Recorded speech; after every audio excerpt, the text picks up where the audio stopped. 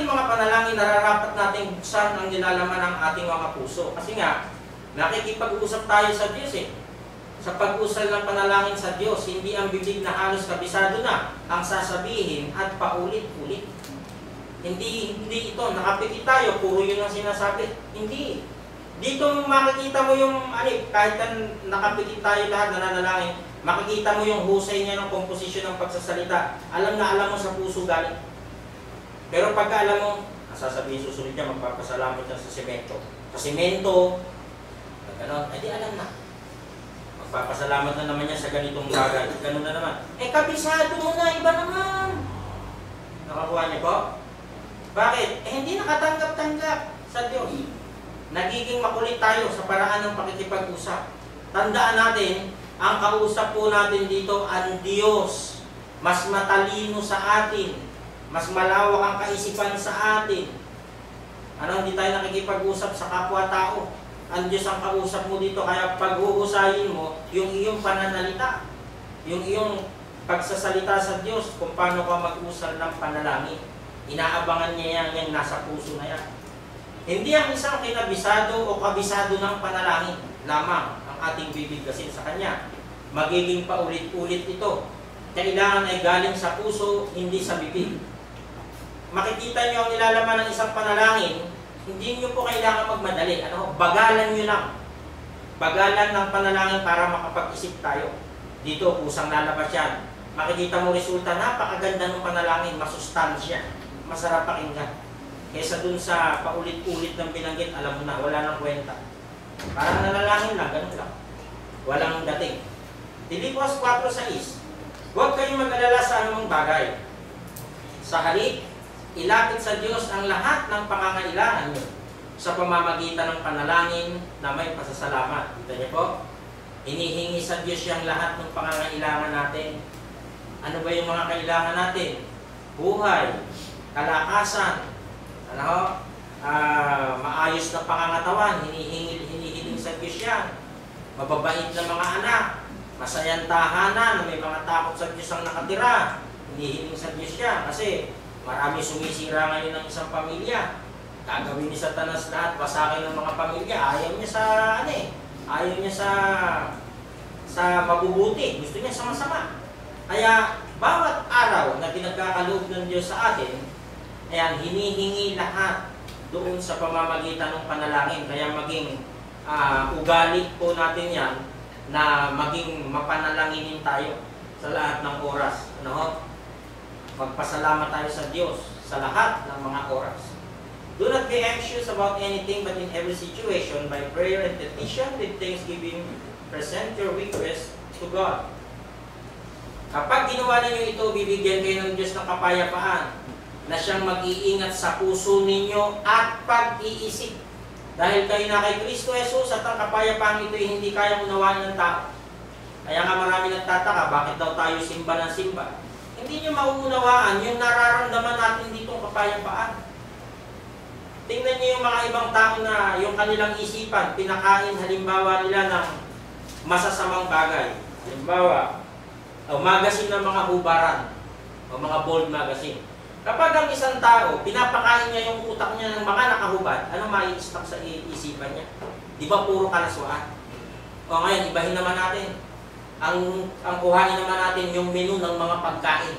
Yan, chapsuy, adobo. Pag ito ang inaral naman niya, pinapakain niya yung kanyang isipan ng mga pagkain masusustansya, ano yung nilalaman ng kanyang isipan? Puro pagluluto. O ito ilagay mo, Bible. Ano ang naging resulta nito ngayon? Ayun kapayapaan na siyang mag-iingat sa puso ninyo at pag-iisip. Kaya yung isip, iniingatan niya pag masama, huwag na po natin gawin. Bakit? Nakukurap. Natututo tayong gumawa ng masama. Kinakailangan daw yung ating kapayapaan nakasalig sa Diyos. Kasama dyan yung mga binabanggit ng ating Panginoong Yesus Diyos sa kanyang panalangin, yung forgiveness. Kasama yun. Makikita niyo po, madadaanan natin mamaya.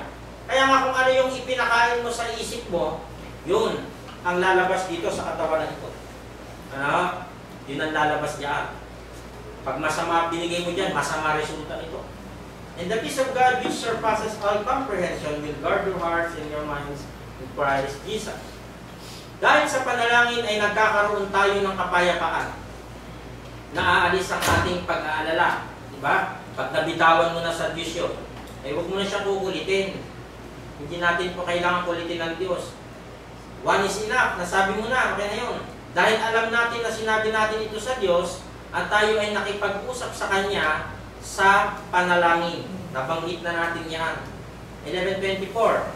Kaya tandaan ninyo, anuman ang hilingin ninyo sa Diyos sa panalangin, manampalataya kayong natanggap na ninyo ito at matatanggap nga ninyo. Kasi humihiling ako sa Diyos. Gusto ko nung nakaraan, Ferrari. Ayaw naman akong bigyan. Bawa, Ferrari. Hanggang sa isang araw ngayon, okay, nagkaroon ka ng Ferrari. Wala kang kaalam-alam, tuwan-tuwa ka sa Ferrari, hindi ka na pala lalagpas doon sa skyway. Patay na. O, tatanungin kita ngayon, Ferrari, buhay. Buhay. Diba? Huwag tayo magtatampo pag hindi agad nasasagot yung panalangin. May pinaparating ang Diyos dyan, gagamitin mo lang to. At kaya hindi, ayaw kaya ng Diyos yun? Diba gano'n? Pag ako nanalangin, parang ayaw niya. May natutupad. Pero namang hindi ko pinapanalangin, nangyayari naman. Oo, may gano'n naman. Kaya wala tayong karapatan magtampo sa Diyos eh. Bakit? Siya yung nakakakita dun sa future. Wala tayong alam dun. Kaya pala ayaw sa'yo ibigay yun, kung pwedeng ikakapahamak mo pala yun. Hindi mo alam yun.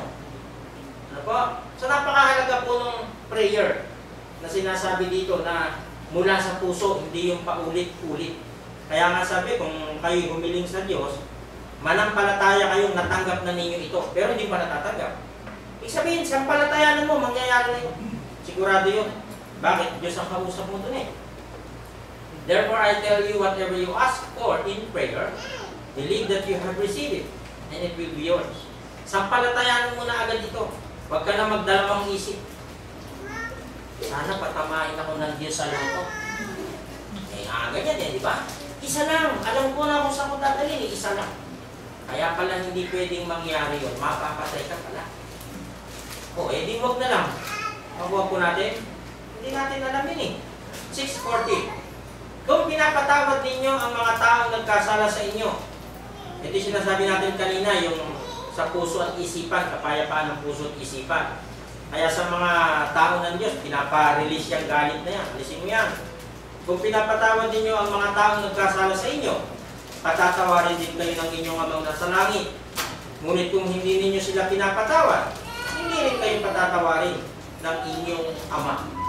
Diba napakaganda nung sinabi ng Panginoong Yesus na yun palang kapayapaan ng puso at isipan, may kinalaman pala doon sa forgiveness.